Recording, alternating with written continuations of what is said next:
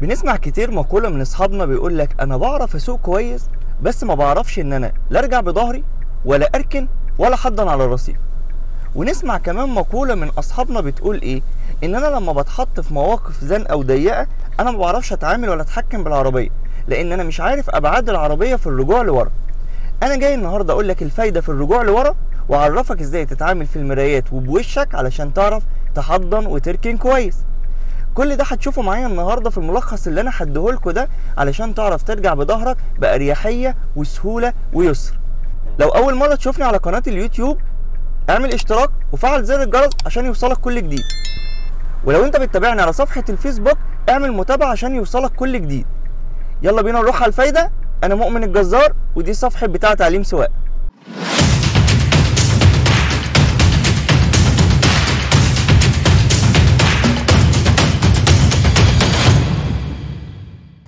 المراية هي عينين السواق اللي بيشوف بيها بظهره، ومن هنا بنقدر نكشف كل حاجة في الطريق كأنك شايف قدامك بالظبط. المراية اللي في النص دي بيطلق عليها انها الام، لان الام دي هي اللي جايبة كل حاجة جاية من ورا. وبيقولوا كمان ان المفروض المراية اللي في النص دي بتجيب لك 70% من الجزء بتاع الطريق من ورا، و30% بتتركز على المراية اليمين والمراية الشمال في رؤيتك وانت بترجع. كمان انا بقول لك ان ظبطة المراية اللي في النص من الحاجات المهمة جدا اللي هتخليك ترجع بسلاسة ويسر. طيب المرايات دي لها ظبطة يا كابتن؟ المرايات لها ظبطة طبعا. المراية اللي في النص دي انا لازم ان انا اطار المراية كله يبقى جواه الازاز اللي ورا، بحيث ان انا وانا برجع انا شايف كل حاجة من اول اليمين في العربية لحد الشمال. وده بيخليني ان انا اتمكن اكتر، وكل ما اتمكنت اكتر كل ما انا قدرت ارجع بسلاسة من غير ما انا اقلق ان انا اخبط. طيب المراية اليمين والمراية الشمال بنظبطهم ازاي؟ عندنا جزء في المراية بيبقى الجزء الخاص بالعربية، وده تلت المراية اللي جوه، والتلتين الباقيين بيكشف لي كل الطريق وانا برجع بظهري. طيب المراية اليمين بينطبق عليها الكلام هي والمراية الشمال بالظبط، تلت وتلتين. وفي فيديو احنا كمان عاملينه بيخص المرايات وازاي نظبطهم، لان لازم ان المراية تكون ظبطالك تلت وتلتين علشان تكون بترجع وانت فاهم انت هترجع فين وهتخبط ولا لا، والوسع بتاعك قد ايه. وخد بالك كلمة كويس، ان المراية بتجيب لك كل بعد جانبي حقيقي جدا وواقعي جدا جدا. مشكلتنا الصغيرة في الابعاد اللي هتكون في الرجوع لورا، لاني ما ببقاش عارف البعد ورا قد ايه بالظبط. ده اللي احنا هنشرحه في فيديو جديد تمام الفترة اللي جاية. بس دلوقتي خلينا نشوف المرايات وازاي ارجع عليها في خط مستقيم بطريقتين. تمام، خليك معايا. الرجوع لورا هو بالظبط الطلوع قدام، بل بالعكس انا عايز اقول لك ان الرجوع لورا اسهل من الطلوع قدام. بس انا لازم ان انا اكون وانا برجع لورا انا فاهم انا عايز اعمل ايه ومحدد هدف، زي ما كنت محدد هدف قدام بروح له. ده الفيصل بتاع الرجوع لورا. طب ايه النقطة التانية المهمة في الرجوع لورا؟ ان انا وانا برجع لورا لازم ارجع ببطء شديد، علشان لو انا لا قدر الله ما قدرتش ان انا اشوف عربية او طوبة على الارض او اي حاجة هخبطها اعرف اتفاداها بالراحة. احنا عندنا طريقتين اتنين للرجوع لورا. اول طريقة في الرجوع لورا هو ان انا استخدم الثلاث مرايات في الرجوع لورا. طيب الطريقة التانية ان انا زي كده ما بنشوف ابهاتنا واجدادنا واخواتنا بيقوموا باصين على الازاز اللي ورا وهم بيرجعوا بظهرهم. يبقى احنا دلوقتي عندنا طريقتين، اول طريقة الثلاث مرايات، تاني طريقة ان انا ابص بوشي ورا. طيب نيجي بقى للجزء اللي بعد كده. الرجوع لورا هو الطلوع قدام بالظبط. طيب هو ازاي؟ رقم واحد لازم احدد هدف ارجع عليه. من غير ما احدد هدف انا الدنيا باظت معايا، لقيت نفسي قاعد الف بالدركسيون يمين والف بالدركسيون شمال، انا مش فاهم انا عايز اعمل ايه. يبقى رقم واحد تحديد الهدف اللي انا عايز ارجع له. رقم اتنين ما بستخدمش بنزين. كل الموضوع ان انا بسيب فرامل، ولو انت راكب عربيه مانوال هتبدا انك انت تسيب بالراحه دبرياج، تبدا العربيه تتحرك معاك. طيب النقطة التالتة، لازم اكون وانا برجع لورا جايب في الفتيس الار، لان الار هو الرجوع لورا، انما الدي ده بيكون الطلوع قدام. يبقى انا دلوقتي ظبطت الهدف بتاعي على المرايات، دي رقم واحد. رقم اتنين، ارجع بالفرامل بالراحه عن طريق ان انا اسيب فرامل بالراحه تبدا العربيه الاوتوماتيك ترجع، ولو في المانوال ابدا ان انا اسيب الدبرياج. رقم تلاتة، ان انا اخد بالي كويس قوي في الاجزاء اللي ورا ما بين وانا رايح يمين وانا رايح شمال.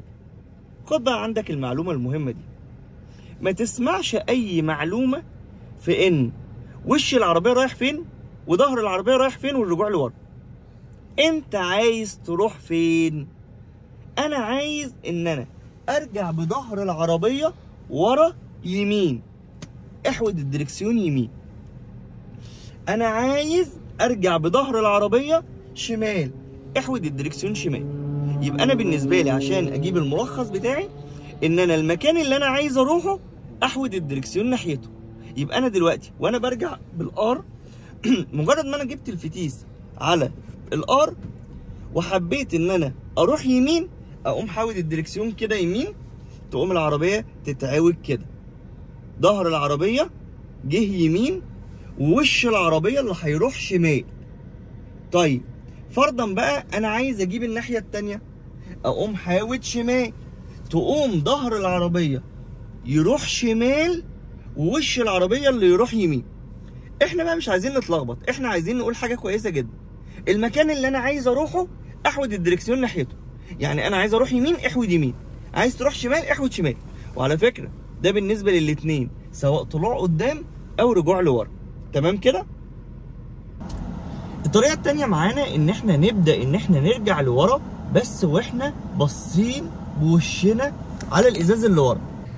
دلوقتي العلامه اهيت في النص، وانا بناء عليها بمسك بايدي الشمال فوق العلامه من فوق كده. طب ايه الحكمه في ان انا اعمل كده؟ ان انا وانا باصص ورا سواء جبت يمين او شمال، بمجرد ما رجعت ايدي قصاد الازاز كده العجل معدول. طيب خلينا كده واحده واحده ونجرب بالراحه. دلوقتي بايدي اليمين اجيب الار واضغط الفرامل طبعا علشان العربيه ما ترجعش مني مره واحده، وماسك فرامل كويس، وايديا اليمين هتبقى ورا الكرسي اللي جنب السواق كده، واقوم باصص بوشي تجيب الازاز اللي ورا. ابدا ان انا ارفع فرامل بالراحه تبدا العربيه ترجع. احنا دلوقتي قلنا ايه؟ الهدف بتاعي ان العربيه اللانوس الحمراء اللي ورا، وماشي بالعربيه بالراحه جدا. هبدا ان انا اروح شمال بالراحه وايدي تروح شمال كده. يبقى انا عشان اروح شمال انا بدات ان انا اجيب شمال، ابدا ان انا ارجع بايدي تاني العكس عشان ابدا ان انا اظبط ان العربيه تكون في نص الازاز اللي ورا. ده الهدف بتاعي يا جماعه اللي لازم ارجع عليه. اول ما عربيتي ظبطت، بمجرد ما انا عملت ايدي كده قصاد الازاز كده عربيتي بقت مستقيم والعجل بقى مستقيم. يبقى انا دلوقتي وانا برجع بظهري انا عايز ان انا اروح يمين، فحودت الدركسيون يمين بالراحه لحد ما وصلت عند المكان اللي انا فيه، وبعد كده اركز ان انا اظبط العربيه في نص الازاز بتاعي، وابدا ان انا ما بين سنه يمين وسنه شمال لحد ما اوصل في المكان اللي انا عايزه، اقف واجيب الان واشد فرامل اليد. طيب هنبدا دلوقتي ناخد حاجه جديده خالص، ان انا لو انا راجع وعايز ان انا الف ادخل شارع هعمل ايه بقى؟ هضطر ساعتها ان انا لازم ان انا استخدم دركسيون كتير. تعالوا نجرب كده ونشوف هنعمل ازاي علشان نعدي العربيه اللي ورانا دي. دلوقتي احنا الكاميرا هتجيب لنا دلوقتي العربيه اللي ورا بس، وهنقوم جايبين الار وهقوم رايح بالدركسيون اقصى اليسار كده. طب ليه اقصى اليسار؟ عشان العربيه تفادي العربيه اللي ورانا. ها كده تمام؟ بعد كده ابدا ان انا ارجع بالدركسيون كله يمين علشان ما اخليش ظهر العربيه يجنب ناحيه الشارع. واول ما عربيتي ظبطت وفاديت العربيه اللانوس اللي جنبنا اللي تقدر انك انت تشوفها في المرايه اليمين، وبقينا ماشيين كده متوازي، نقوم عادلين الدركسيون بالظبط والعربيه تكون راجعه في خط مستقيم لحد ما فاديت العربيه اللي جنبي. طيب حد يقول لي بقى يا كابتن، نفس الكيس ده لو احنا عملناه في ان انا ادخل الشارع اللي جنبي على اليمين ده، ادام دخلت شارع وعايز احود الدركسيون لازم استخدم الدركسيون كله اتجاه المكان ده. يعني انا دلوقتي هجيب الدركسيون كله يمين كده، تقوم العربيه تلف واقدر ان انا اتابع ده في المرايه اليمين، وتلاقي العربيه داخله في قلب الشارع من ورا. طب فرضا انا لقيت طوبه زي اللي موجوده ديت في قلب الازاز في قلب المرايه، اقدر ان انا اقوم عادل الدركسيون كده اللفه ونص زي اللي احنا اتعلمناهم، وراجع في خط مستقيم لحد ما فادي الحاجه اللي انا قلقان منها، وبعد كده ارجع اضم تاني ناحيه اليمين اهو اهو اهو. تمام كده لحد ما ابقى خلاص قربت من الحاجه اللي انا هخبطها، اقوم واقف ولازم اعدل في الاخر الدركسيون عشان يبقى مظبوط لفه ونص. تمام كده يا جماعه؟ لو عجبك الفيديو ما تنساش اللايك والشير والكومنت، ونشوفكم فيديوهات جديده، وما تنساش تصلي على النبي زي ما احنا اتعودنا مع بعض في فيديوهاتنا.